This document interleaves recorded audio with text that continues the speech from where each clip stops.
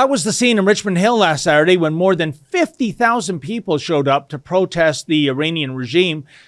But these people realize that they have no ally in the Justin Trudeau Liberals. The very MP for Richmond Hill is pro-regime, if you can believe it. And this government, for reasons that remain somewhat baffling, has yet to put the Islamic Revolutionary Guard Corps on the terrorism list.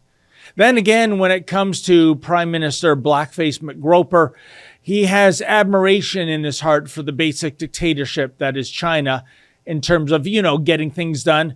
Maybe he also admires Iran for the same reasons. Despicable.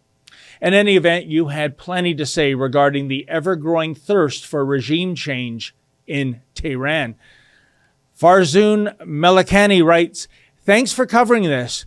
You are the voice of freedom. Majid Johari better be kicked out of the parliament. This is an example of the penetration into the Western world's democracy. Make sure Majid Johari knows that he is not wanted here." Well, I'll tell you something, Farzin. I get more hopeful every day that the mullahs are headed for defeat in Iran because Johari, kind of like a rat jumping off a sinking ship, is suddenly down with the Iranian people. Can you imagine? Sorry, Majid, nobody is buying what you're selling. As the saying goes, a leopard cannot change his spots. Outdoors Pat writes, another fringe protest. Indeed, Pat.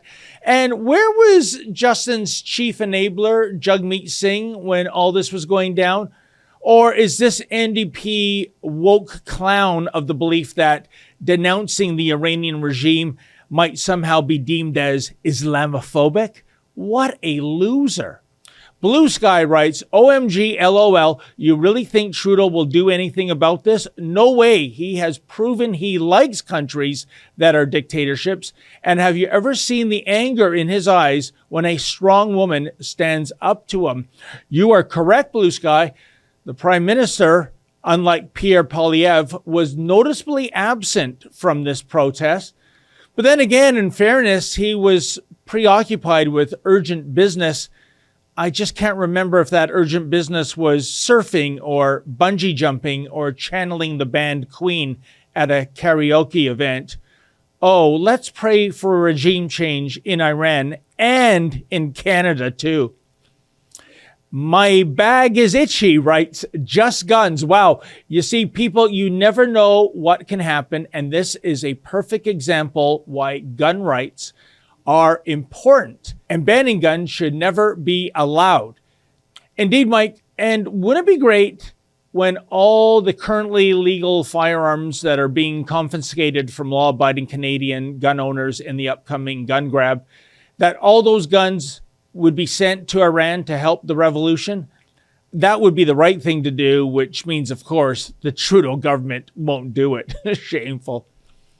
And Miriam Hugervors writes, please do your proper research first before you parrot mainstream bias.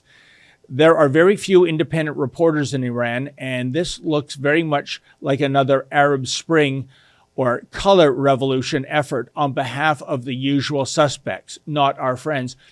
Oh, I totally disagree with you, Miriam. I've lived in Richmond Hill for 24 years. Richmond Hill is home to a huge Persian population. And I can tell you, every single Iranian I have met, with the notable exception of the Liberal MP for Richmond Hill, Majid Jabroni, is anti-regime. Look, the Shah was by no means a Boy Scout, but when it comes to the 1979 Iranian Revolution, the vast majority of Iranians now indeed suffer from buyer's remorse thanks to the vile theocracy that has taken place in Iran. Let's hope there is a second revolution, the sooner the better, in order to oust this hideous and misogynistic regime. Hey folks, that was an excerpt from my show, Rebel Roundup. Now, to get the full meal deal, why not go to Rebel News Plus, sign up, and never miss a Rebel News Plus show in the future.